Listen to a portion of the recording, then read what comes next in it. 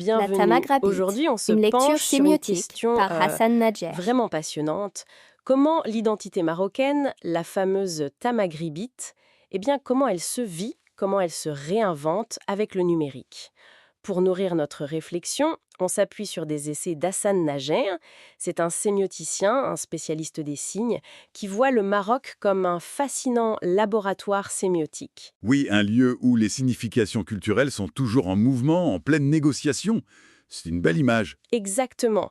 Et notre objectif, c'est de comprendre cette identité plurielle, riche de tant d'héritages amazigh, arabes, africains, andalous, et de voir comment elle navigue, bon an mal an, entre tradition et modernité digitale. Comment elle se montre et surtout comment elle résiste.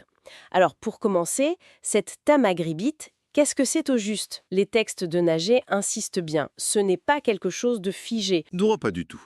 C'est décrit plutôt comme une dynamique constante, une posture, une manière d'être assez fluide qui arrive à jongler avec les contradictions apparentes.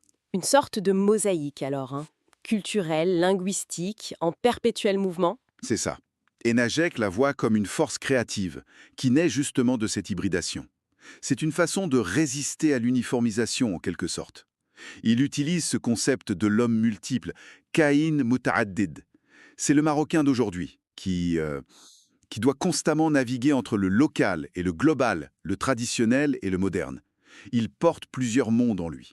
D'accord, et là-dessus arrive le numérique. Ça vient tout bousculer, j'imagine.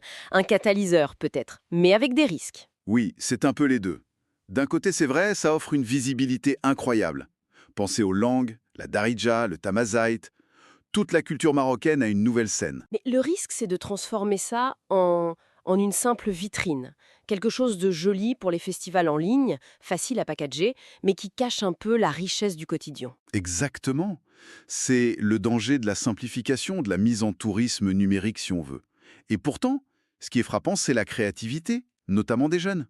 Ils s'approprient ces outils, les réseaux sociaux, pour créer des choses totalement inédites. Des mélanges linguistiques, visuels. Vous avez un exemple? Prenez TikTok. Vous pouvez trouver une vidéo qui va mêler un vieux proverbe amazigh, une musique niawa, mais remixée avec des sons électro, et puis des effets visuels super modernes. Nager parle de tradaptation. Tradaptation, et c'est intéressant comme terme. C'est plus que traduire. Ah oui, bien plus. C'est une réinterprétation créative. C'est prendre les motifs traditionnels et les faire vivre, les adapter avec les outils numériques sans les dénaturer, sans les dénaturer complètement. C'est une adaptation qui est aussi une forme de tradition en mouvement. Fascinant. Mais les sources de Najet pointent aussi des menaces, non? Pour cette richesse de signes. Tout à fait. Il y a d'abord la récupération commerciale, assez évidente, des symboles qui ont une histoire forte, parfois même issus de luttes, qui se retrouvent vidés de leur sens. Des slogans qui deviennent des hashtags marketing, des musiques réduites à des jingles, ça va. Voilà. Et puis, il y a une autre menace, peut-être plus sournoise, le filtre symbolique, ou ce qu'il appelle aussi la censure douce des algorithmes. La censure douce, c'est-à-dire... Ces algorithmes, ils sont souvent conçus ailleurs, avec d'autres logiques, d'autres données. Ils ont du mal à saisir les subtilités locales, la richesse de la darija, l'ironie, les références culturelles. C'est compliqué pour une machine. Donc, il favorise ce qui est plus standard. Exactement. Le contenu lisse, facile à catégoriser. Et ça risque d'invisibiliser des voix différentes, critiques, minoritaires, ou simplement trop ancrées dans le local pour être comprises par le système. Ah oui, donc le risque, c'est une sorte d'aplatissement. Transformer la complexité marocaine en exotisme numérique facile à consommer pour un public global. C'est précisément le danger. Une perte de diversité au profit de ce qui est, disons, algorithmiquement performant. Mais Enege insiste beaucoup là-dessus, la créativité populaire, elle, résiste. Ah, et comment? Où est-ce qu'on la voit, cette résistance? Souvent dans les marges. Des collectifs indépendants, des artistes de rue qui utilisent aussi le numérique, des créateurs sur les réseaux qui jouent avec les codes, qui les détournent. Ils réinvestissent les signes traditionnels, c'est ça, hein? Ils leur donnent un nouveau souffle. Précisément. Ces initiatives montrent une vitalité incroyable. Une culture qui refuse de se laisser enfermer dans une case. Elles arrivent à préserver une mémoire tout en l'adaptant, en inventant de nouveaux langages.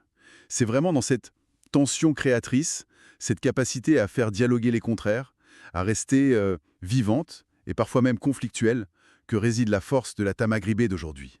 D'accord. Donc si on essaye de résumer un peu l'enjeu principal soulevé par Naej, ce serait d'accompagner cette mutation numérique sans y perdre son âme, sans sacrifier cette complexité. Oui, c'est ça. La Tamaribite comme un processus toujours en cours, pas comme un patrimoine figé à mettre sous cloche. Et ça implique quoi, concrètement? Une approche plus éthique? C'est ce que suggère Nager. Développer l'esprit critique face aux médias, aux algorithmes. Soutenir les initiatives locales qui, justement, embrassent cette complexité.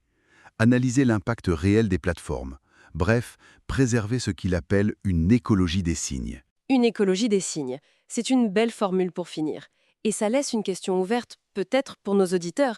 Qui, au final, écrit le récit culturel marocain de demain? L'État? La rue créative? Les réseaux? Ou les algorithmes des plateformes mondiales? La question est posée. Est-ce que la Tamaribite restera ce trésor vivant, riche, parfois tremblant, comme le dit Nager, ou est-ce qu'elle risque de devenir juste une belle image dans un musée virtuel global? Une réflexion à poursuivre. Merci beaucoup pour cet éclairage. Merci à